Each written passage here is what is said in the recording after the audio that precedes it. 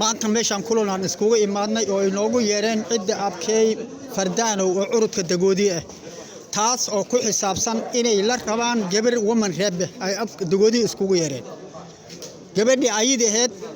waxa la yiri gabadhi horta badi sidaan arkaya waa la qaaday tolka waa qaaday qaadista hadba noocaas dadku haystaa tolka gabadha uu nin diidan male waa la qaaday imaanay gabadha Halima Daawid Axmey loo shikeeda way imaanay hadaan nahnay ugaaska cid hadaan nahay mar hore waa dhahay hadana waa leeyahay gabadhaas waa la qaaday laabta lagu qaaday qalbiga lagu qaaday waxay naga codsadeen inay gabar woman reeban wadanaaya nala qaado ee dagoodiyo saasan gobasho u dhiganay ago ayna dhaheen annaga inay dadka aday badadiisi iyagoo waxba diidaneen in wax diidan aan jirin gabadhana la qaadi doono laakiin waxaan dhahnay nin saxan loo soo dirsaday ninkii soo dirsaday ka weyn waxaan leenahay oo tolka ay noo codsadeen cid reeb fardaanow in gabar muumin reeb ay noo keeneen oo ay soo u keeneen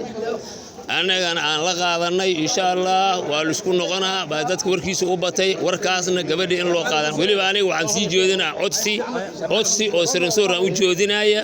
maadaama reeb fardaanow gabadhan ay la imaadeen waqti badan ay siyaasad ku sii jirin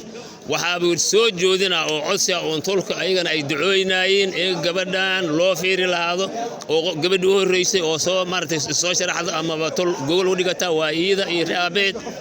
gabadhan in waxaan rabnaa il gaar ahaan lagu eego waana la soo tashanaa bidnillaahi alkariim wayna soo gali doontaa gabadhan waa la dhisaa bidnillaahi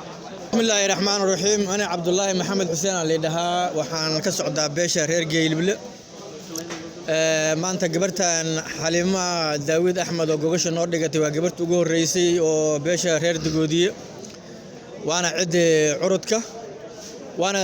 waqtigooda ugu horeeyay maartay gambar caynkaana ay codsadaan marka